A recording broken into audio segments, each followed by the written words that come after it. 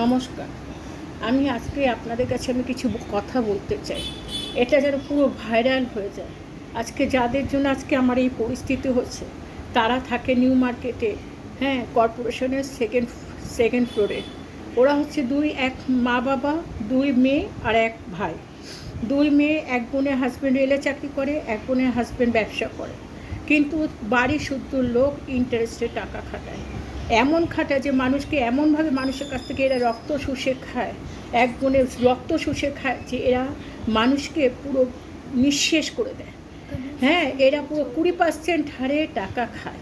এরা আমার নামে বদনাম দিয়েছে, আমার ঘরে এদের লোন চলতো, এরা আমার নামে বদনাম দিয়েছে না আমি নাকি এদের কাছ থেকে অনেকগুলো টাকা নিয়েছি, 1.5 লাখ টাকা নিয়েছি। আপনারা বলুন, আজকালকার দিনে বিনা উইদাউট লেখাপড়া ছাড়া 1 টাকা মানুষকে দেয় না, নিজের বোনকে কেউ দেয় না, নিজের হাতকে কেউ বিশ্বাস করে না। আমাকে তারা বিশ্বাস করে 1.5 লাখ টাকা দিয়ে দেবে?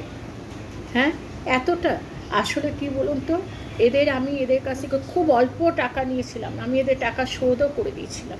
আমার বাবার তখন সেরিব্রাল অ্যাটাক হয়েছিল, আমি তাদের টাকা শোধও করে দিয়েছিলাম, কিন্তু তারা মানতে চাইছে না। আমি 3 বছর ধরে তাদের ইন্টারেস্ট এনেছি, এরা 20% হারে ইন্টারেস্ট এনেছে, কিন্তু তারা মানতে চাইছে না। তারা বলছে আমি নাকি তাদের কাছ থেকে এখনও আমার কাছ থেকে তারা টাকা পায়, কিন্তু আমি এদেরকে সব টাকা দিয়ে দিয়েছি। বিশ্বাস করুন, যখন আমার সুগারটা কিডনির ওপর এফেক্ট করলো, তখন আমি এদের কাছে বলেছিলাম যে আমি আর টাকা দিতে পারবো না, আমি থানাতে গিয়ে আমি হাত তুলে দেবো, আমার পক্ষে সম্ভব না। আমার মেয়ের সব জিনিস আমি বেচে দিয়েছি, আমার ঘরের সব কিছু বেচে আমি এদের ইন্টারেস্ট দিয়ে গেছি।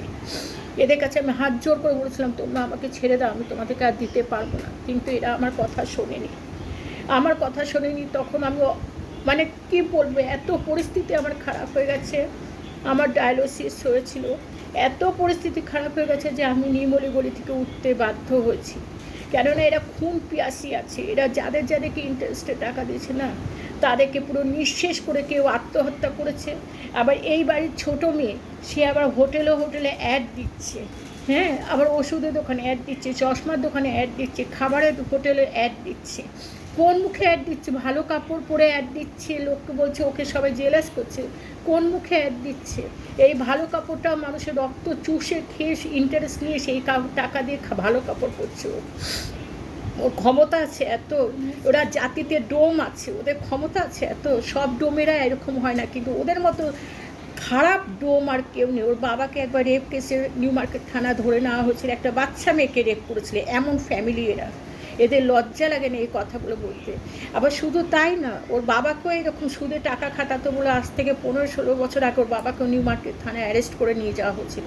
তাতে এদের লজ্জা নেই, মানুষকে ব্লেম করতে এরা সবার আগে, কিন্তু এদের কোনো দিন এদের অভ্যাস যাবে না।